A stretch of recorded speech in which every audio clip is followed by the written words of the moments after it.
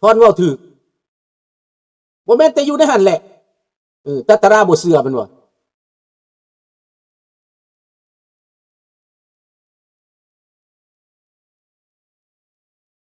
แม่นแม่นแต่เจ้าบ่เข้าเจ้าเข้าใจบ่ข่อยเว้านี่น่ะข่อยสัญญาณมาดนแล้วให้เจ้าเข้าใจ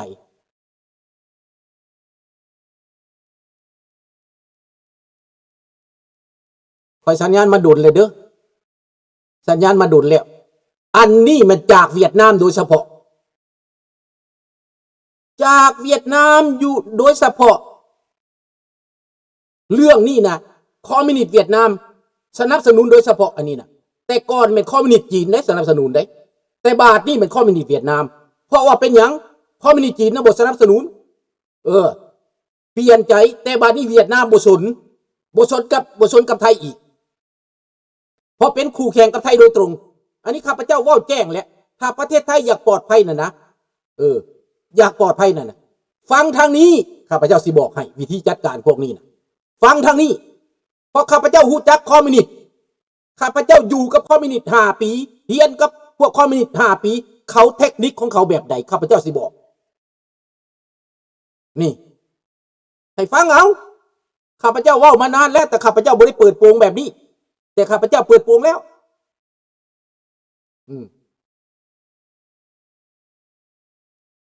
นั่นละ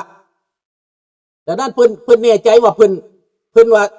ซึกเพิ่นสิกับเขมรเท่านั้นเพิ่นยังบ่เข้าใจได้เวียดนามผู้ใดอยู่เบื้องหลังไดจะต้องเข้าใจเด้ออันนี้กลหลอกเด้อดังนั้นตกเลขกลน้ำมันบ่มีก็ไปให้มันข้าวบ่มีก็ไปให้มันไปสนับสนุนการเมืองมันอีกแล้วบัดนี้กีดกันพวกเราเนาะสิจับพวกประนามรัฐบาลลาวไปให้มันอีกผู้ใดเอาแล้วแต่เว้นแต่กรรมแต่บุญเธอละนะไม่ได้ว่าอะไรไปเบิ่งเอาเด้อจากกองพลกองพันเขาเตรียมไว้นะ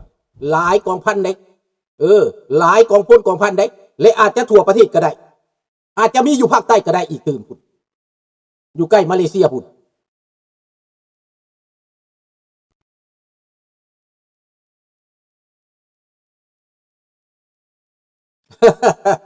เอาข่าวอันนี้ข่าวตาตาราใช่หรือไม่ใช่ผมไม่รู้นะแต่ไม่ใช่หรือผมไม่รู้นะตาตารานะผมไม่รู้ไปคิดเอาเองนะขนาดคนอยู่ท้องถิ่นนี่นะเพราะเดี๋ยวเราบอกว่ามีเราบอกว่าจริงเราไปเห็นจริงอันนี้นะข้าพเจ้าก็เห็นจริงเดี๋ยวนี้ยังมีจริงอันนี้นะขนาดเมธาภาคที่2ที่ทั้งข้างนะไม่สามารถทำอะไรได้ให้คิดเอาคันไปลบก็สิเกิดสงครามคันบ่ลบก็สิเกิดใหญ่ขึ้นมาเรื่อยๆเป็นอย่างมันจะเข้าหูเรื่อยๆเพราะเขาว่าเขาสิสร้างสังคมนิยมได้พวกคอมมิวนิสต์ได้เขาสิบ่ให้ลื่นล่ำต่ำสูงได้เขาสิบ่ให้มีเจ้านายได้เขาสิเฮ็ดแบบเมืองลาวได้เขาสิมีแต่คำไต่เขาสิมีแต่แก้วได้เขาสิให้มีแต่แก้วได้และเขาสิเอาแก้วได้มาครองประเทศไหนฟังคักๆเด้อแก้วนั่นแหละแก้วที่มันนอนรับอยู่หั่นแหละมันสิตื่นขึ้นมาครองประเทศระวังในขีดนั่นน่ะมีเท่านี้แหละข่าวอาจจะจริงหรือบ่จริงก็ไปฟังเอาเด้อไปเบิ่งเอาเด้อข้าพเจ้าป้อนข่าวให้แล้วยีบละขอบใจข้าพเจ้าหั่นเด้อข้าพเจ้าบอกแล้วท่านข้าพเจ้าบอกแล้วนี่พวกท่านบ่เชื่อก็บ่เป็นหยังนะ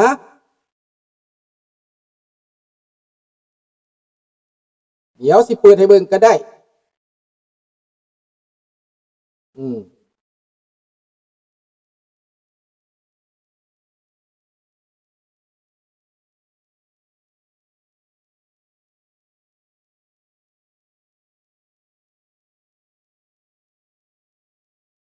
บ่เปิดเอาเนาะมันหายากเว้ยลืมเอาบ่นไว้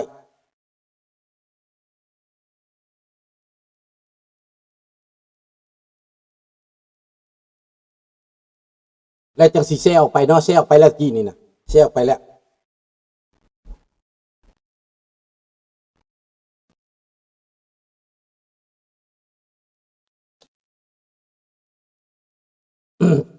สบายดีน้องรัตดาวรสบายดีปีใหม่เบิดทุกคนทุกท่านเด้อดังนั้นพี่น้องเรื่องราชวงศ์บัดนี้กลับมาเว้าราชวงศ์ไปเยี่ยมยามออสเตรเลียคนลาวข้าพเจ้าคิดว่าถ้าผู้ใดเป็นลาวแท้ๆถ้าผู้ใดเป็นอพยพน่ะหนีตายมาน่ะ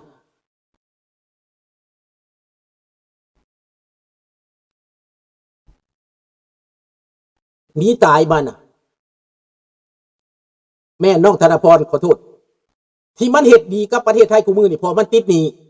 และมันก็อยากให้สร้างขัวหลายๆขึ้นไปให้มันเพื่อว่ามันสิเวลามันเฮ็ดยุทธศาสตร์น่ะมันจะมาทางขัวดิมันจะขนรถถังรถหยังมาทางขัวดิเห็นบ่ล่ะยุทธศาสตร์ของมันเด้ถ้าเวียดนามมันมาทางขัวเด้น้องธนพรมันบ่ได้ยากเด้มันเข้าไทยนี่เข้าทางขัวเลยมันบ่มาหน่อยได้น้องธนพรคันมันมาน่ะมันมาเป็นหลายแสนเด้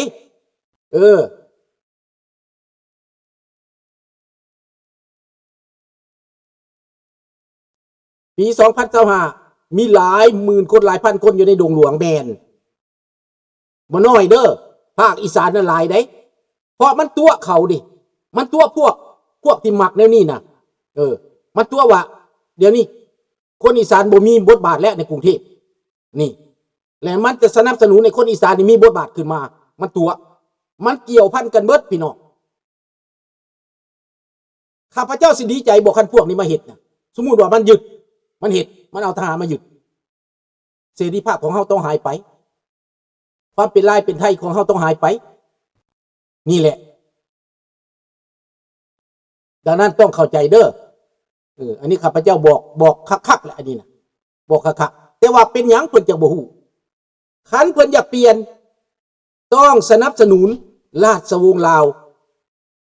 สนับสนุนราชวงศ์ลาวสนับสนุนกระบวนการประชาธิปไตยแล้วพวกนี้มันจะหายไปเองพวกนี้มันจะหายไปเองเพราะมันบ่มีการสนับสนุนมันบ่มีการเงินเท่านั้นซื่อๆแต่การเมืองเขามีได้อันนี้ข้าพเจ้าบอกแจ้งเด้อเอาเท่านี้แหละบ่ต้องเว้าหลายเว้าไปหลายเพิ่นสินายเฮาเพิ่นก็เก่งแล้วเฮามีแต่ได้เห็นรู้จักซื่อๆเพิ่นเก่งแล้วเฮาบอกแล้วเพิ่นบ่ย้านเด้เพิ่นเว้าหลายคนมาตอบโต้ข้าพเจ้าเพิ่นบ่ย้านเพิ่นเก่งแต่ว่าอย่าลืมได้สงครามนี่นะข้าพเจ้าเคยอยู่ในสงครามมาตลอดเด้ตั้งตอนนี้น้อยเด้ข้าพเจ้าอยู่ในสงครามเด้อข้าพเจ้าเคยอยู่ในสงครามเด้เคยหลบเด้พี่น้องต้องฮู้เด้อว่ามันเป็นจังไดคนผู้บ่ฮู้จักมันเว้าไปตัวที่แต่คนฮู้จักนี่ข้าพเจ้าบอกข้าพเจ้าเตือนดังนั้นพี่น้องเรื่องราชวงศ์ที่ไปเยี่ยมยามออสเตรเลียนั้นคนลาวเฮาต้อง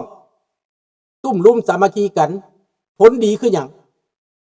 ผลดีคือจังหวะโลกในปัจจุบันนี้เขาต้องการสันติภาพเขาต้องการลาวร่วมลาวตามที่เขาเซ็นสัญญาให้ตามที่เขาเสนอเพราะว่าเขาเห็นใจคนลาวเรื่องสันติภาพเรื่องความถูกต้องปรองดองเรื่องความถูกต้องปรองดองเรื่องประชาธิปไตยลาวนี่ได้รับผลกระทบจากมหาอำนาจคอมมิวนิสต์และจากมหาอำนาจโลกเสรีปะทิบคนลาวนี่เป็นเวรเป็นกรรมซอยเขามาเขาก็บ่เห็นคุณงามความดีห่วมเขามาเขาก็บ่เห็นคุณงามความดีประเทศลาวกลายเป็นบ่อนเขาเหยียบไปเหยียบมาดังนั้นราชวงศ์ลาวนี่ถ้าเพิ่นลุกขึ้นแบบนี้ถ้าเพิ่นย่างขึ้นมาแบบนี้เพิ่นบ่ได้เว้าหยังเรื่องการเมืองเพิ่นสิบ่เว้าหยังหลายแต่เพิ่นมาเป็นกำลังใจให้เจ้าแล้วนะเพิ่นมาเป็นกำลังใจให้เจ้าแล้วเจ้าสินอนหลับอยู่บ่เจ้าสิพักก็นอนหลับอยู่บ่คนลาวทั้งนอกทั้งในนี่น่ะอันนี้แม่น50 ปีคนลาวที่หนีจากประเทศที่เฉลิมฉลองและปั้นรูปสร้างสามหัวขึ้นอยู่ในวัดของนิวเซาเวลปั้นขึ้นมาเป็นสัญลักษณ์ยูนิตี้อีกครั้งใหม่รวมลาวอีกครั้งใหม่ด้วยสัญลักษณ์สร้าง3 เสียนสร้าง3 เสียนหมายถึงเหนือกลางใต้3 พลังรวมกันเป็นการรวมชาติเรื่องพรรคการเมืองนั่นอยู่นอกพรรคการเมืองอยู่ในนั่นแหละนอนอยู่ในสร้าง3 หัวนั่นแหละ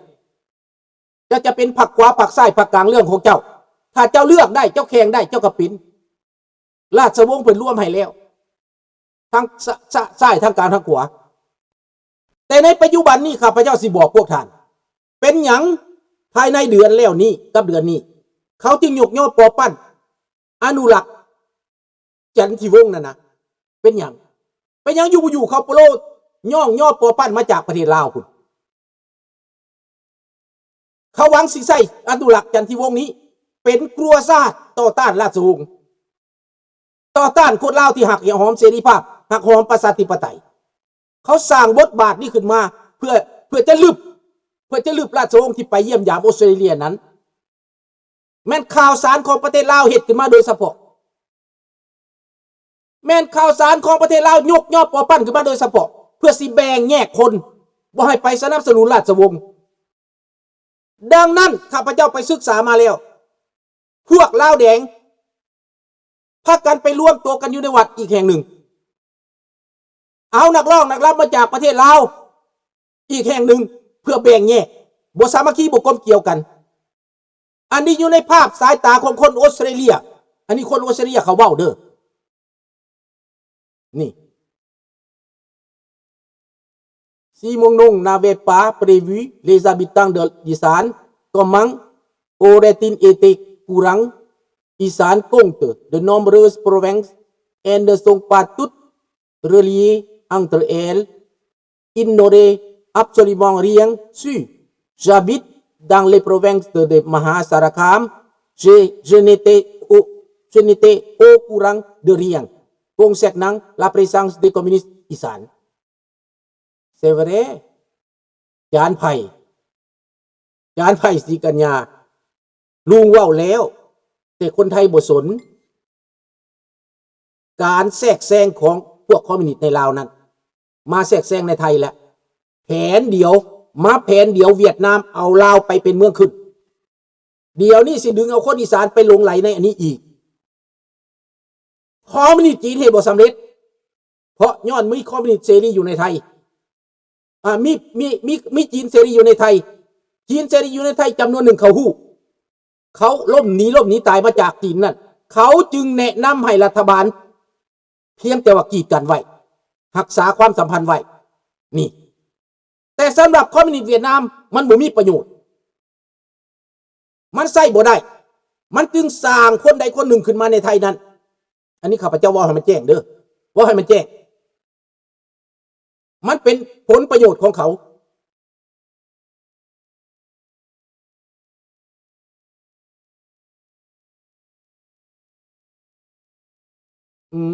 ผมจะบอกว่ากับบุคคลเด้อสุทินรู้หรือไม่รู้ผมไม่รู้นะผมไม่รู้ไม่ต้องพูดถึงคนนะผมเคารพท่านสุทินนะท่านสุทินก็มีความรู้สมควรอยู่เด้ผมรู้ตัวบุคคลผลติดตามอดีศรผมก็ติดตามแต่เขาปรากฏว่าความสัมพันธ์ของเขาเน้นกับประเทศลาวหลายกว่านะแต่เขาไม่ได้สัมพันธ์กับฝ่ายเสรีนะข้าพเจ้าจะบอกให้เขาสัมพันธ์กับลาวแดงในปัจจุบันนี้นะเขาเป็นเพื่อนเขาเป็นเสี่ยวเขาเคยอยู่ป่าด้วยกันเขาเคยไปรับอาวุธผมเห็นเพราะตอนนั้นผมก็อยู่ด้านหลบเลข 9ผมอยู่ด้านหลบเลข 9ผมอยู่นี่ข้างๆนั่นแหละพวกนี้ไปรับอาวุธ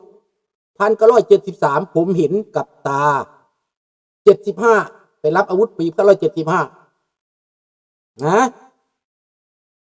นี่เห็นบ่ล่ะลุงสุนทราเห็นหมดได้เห็นหมดไผเป็นไผแต่ลุงพูดไม่ได้นะพูดไม่ได้แค่บอกแค่เตือนเอาบุญนะเพราะลุงมีเสื้อสายญาติอยู่ในเมืองไทยลุงก็เตือน